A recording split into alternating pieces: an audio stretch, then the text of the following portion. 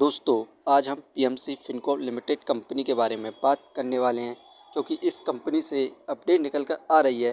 क्या इसके बाद इस कंपनी में हमें तेज़ी देखने को मिल सकती है, क्योंकि इस शेयर में हमें लगातार 1 साल से गिरावट देखने को मिल रही है।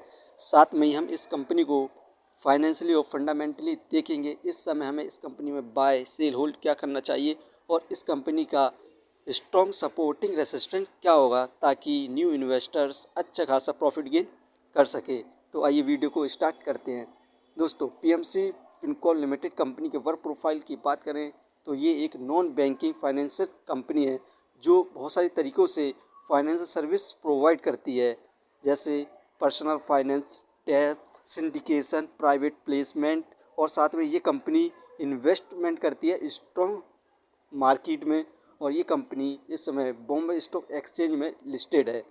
दोस्तों, पीएमसी फ़िनकॉर्प लिमिटेड कंपनी का शेयर प्राइस अभी ₹1.79 चल रहा है। आज के दिन इस कंपनी में हमें अभी तक 0.56% की तेज़ी देखने को मिल रही है।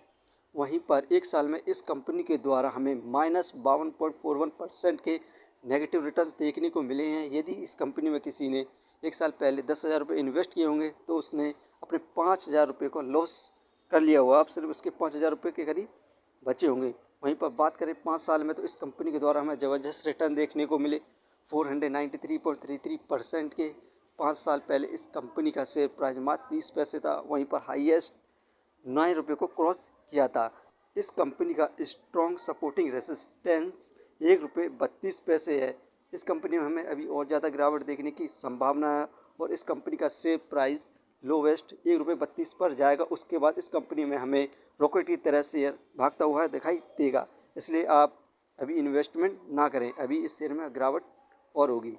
दोस्तों, इस कंपनी का जो क्वाड्रेंट का रिजल्ट आया उसकी परफॉर्मेंस देखें तो यहाँ पर आप देख सकते हैं नेट प्रॉफिट सितंबर 2025 में 1.96 करोड़ हुआ है, जबकि पिछले साल 5.38 करोड़ था। इसमें डिक्लाइन देखने को मिला 63.57% का।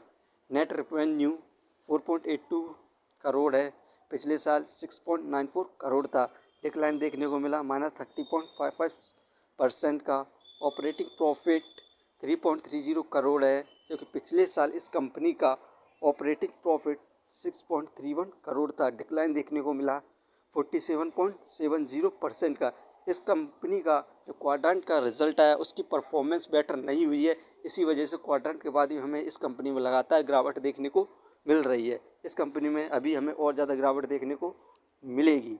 इस कंपनी के फंडामेंटल देखें तो मार्केट कैपिटलाइजेशन 128 करोड़, जो कि बहुत बढ़िया है, क्योंकि एक पेनी स्टॉक से डेप्थ ऑफ इक्विटी 0.26 इस कंपनी पर डेप्थ है, और ये कंपनी प्रॉफिट के जरिए अपने डेप्थ को रेगुलर कम करती जा रही है। रिटर्न ऑफ इक्विटी 6.05%, जो कि पर ईयर हमें लगभग 6% के रिटर्न्स प्रोवाइड कर रही है, लगातार 1 साल के लॉस के होने के बावजूद भी।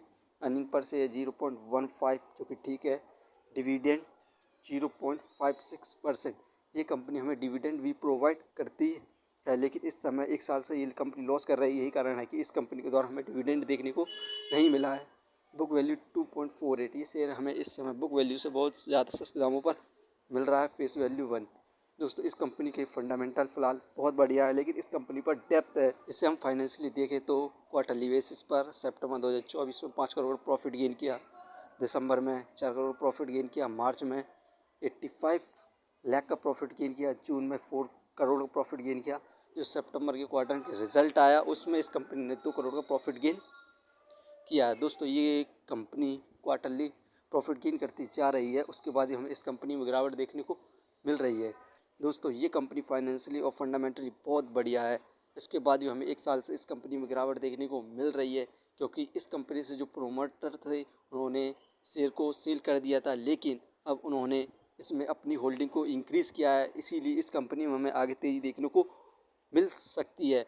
दोस्तों, यदि आपको कंपनी के बारे में जानकारी अच्छी लगी हो तो हमारे चैनल को सब्सक्राइब करें, जिसका नाम है स्टॉक एनालिसिस। धन्यवाद।